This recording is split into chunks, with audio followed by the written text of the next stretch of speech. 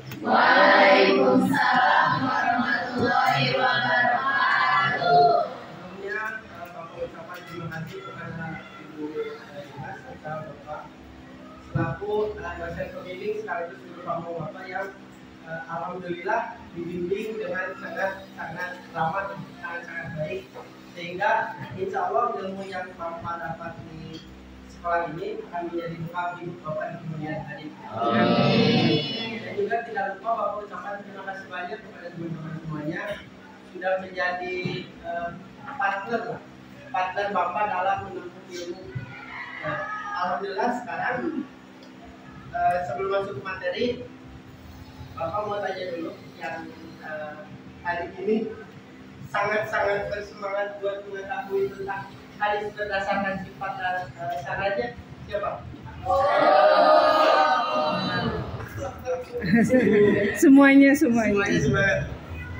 Jadi pada bab ini masuk ke dalam hadis berdasarkan sifat syaratnya. Kenapa demikian? Karena dalam ilmu hadis ada beberapa klasifikasi atau istilah-istilah yang dibuat oleh para muhadis, para pengumpul hadis untuk memudahkan orang-orang dalam menghafal hadis gitu. Untuk memudahkan orang-orang menghafal apa yang disandarkan kepada Rasulullah gitu. Sekarang kita akan membahas tentang hadis muntasil.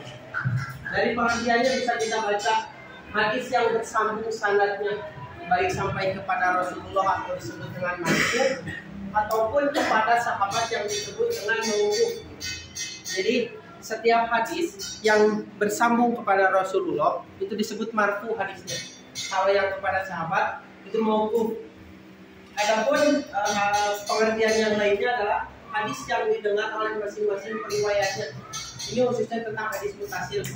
Jadi misalnya contohnya kayak gini, Bapak punya murid Bapak mendengarkan ucapan Bapak mendengarkan ucapan guru Bapak mendengarkan ucapan dari gurunya, terus sampai kepada Rasulullah SAW. Jadi hadis mutasil secara singkatnya adalah hadis yang periwayatnya mendengarkan dari gurunya sampai kepada Rasulullah.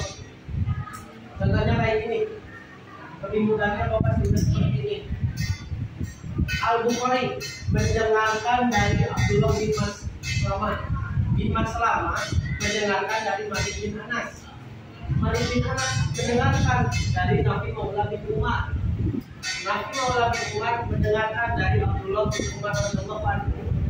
Dan Abdullah bin Umar radhiyallahu anhu mendengarkan langsung dari Rasulullah. Kenapa Bapak di sini cantumkan mendengarkan?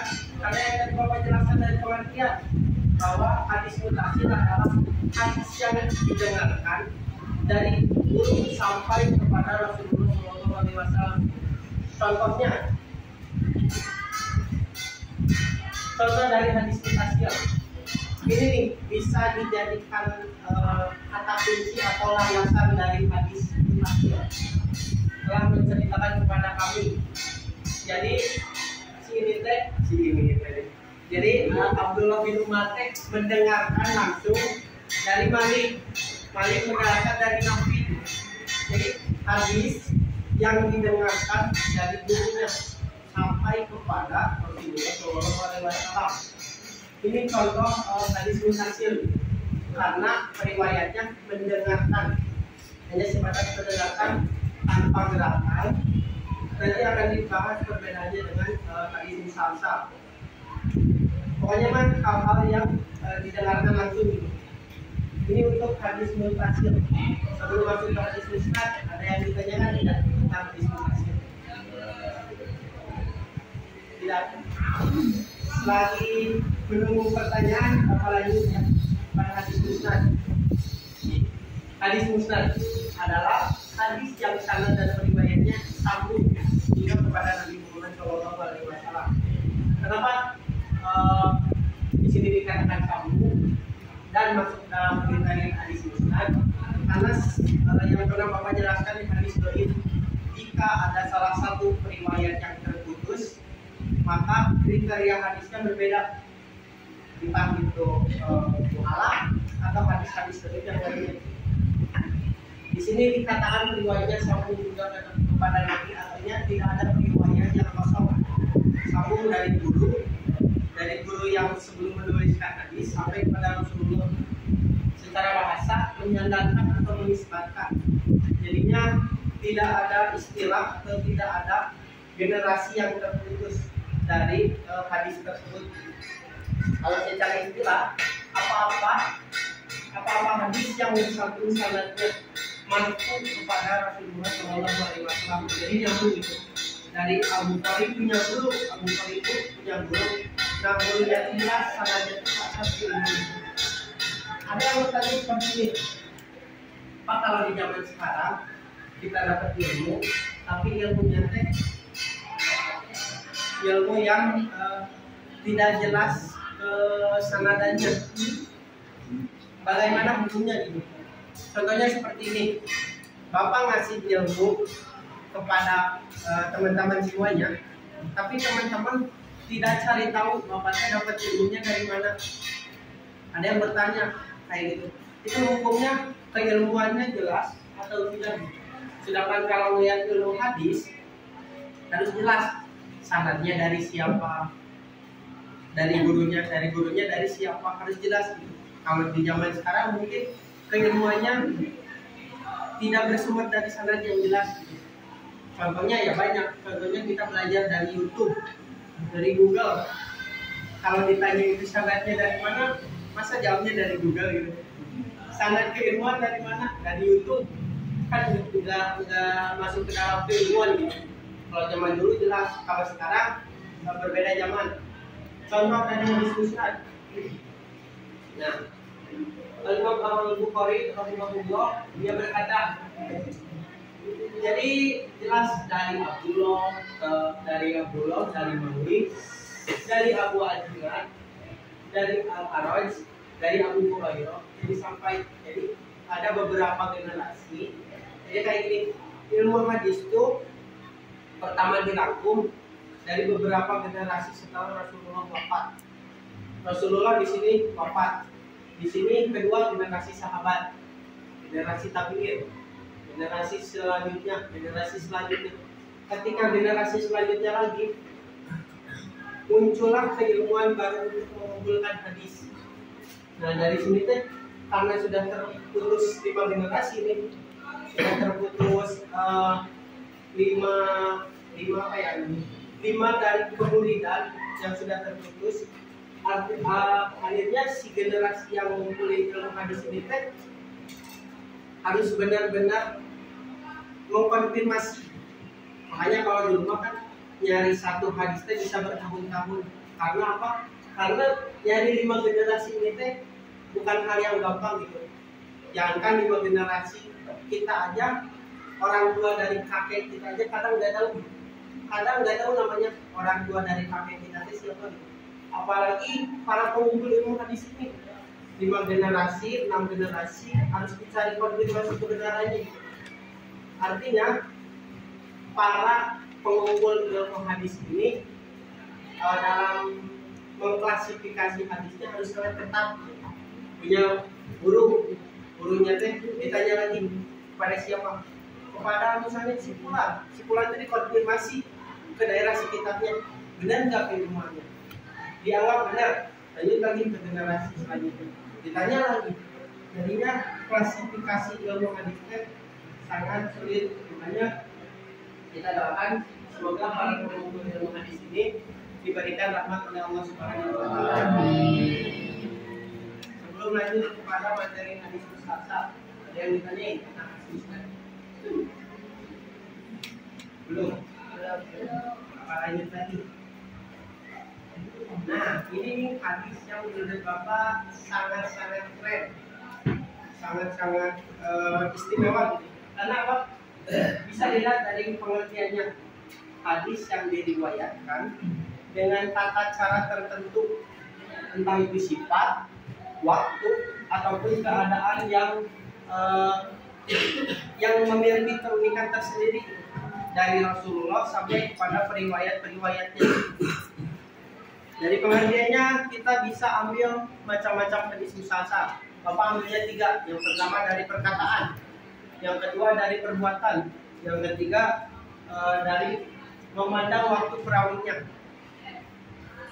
Bisa dilihat terlebih dahulu, dicerna baik-baik dari yang ketiga ini. Yang pertama dari gerakan. Kenapa dari segi gerakan bisa menjadi keunikan? Karena para periwayat hadis ini selalu melakukan tasbih. Jadi kalau misalkan Bapak nih kasih tahu ilmu ke kalian, tangan Bapak itu kayak gini, tasbih, menjalin jari jemari. Terus kalian punya murid, ketika kalian menyampaikan ilmu yang sama, tangan kalian sama kayak gini. Murid kalian punya murid lagi, menyampaikan ilmu yang sama, tangannya kayak gini. Nah, itu dinamakan hadis musalsal dalam kriteria dengan gerakan. Tapi bukan hanya sebatas gerakan, ada juga dengan perkataan. Contohnya, aku mencintaimu. Sedikit ini kata-katanya sedikit ambigu, tapi dalam ilmu hadis ada. Jadi guru, misalnya Bapak ngasih ilmu ke kalian, sebelumnya Bapak ngomong aku mencintaimu, terus Bapak kasih ilmu. Kalian punya murid, pas mau ngasih ilmu ngomong aku mencintaimu terlebih dahulu, terus kasih ilmu. Di dalam ilmu hadis pun ada. Jadi dari Rasulullah sebelum berkata ngomong hal yang sama dari sahabat, turun ke tabiin hal yang sama, terus sampai ke bawah. Jadi digolongkan, dikriteриakan ke dalam hadis musalsal dengan perkataan. Dan yang terakhir, hadis musalsal dengan melihat waktu periwayatnya.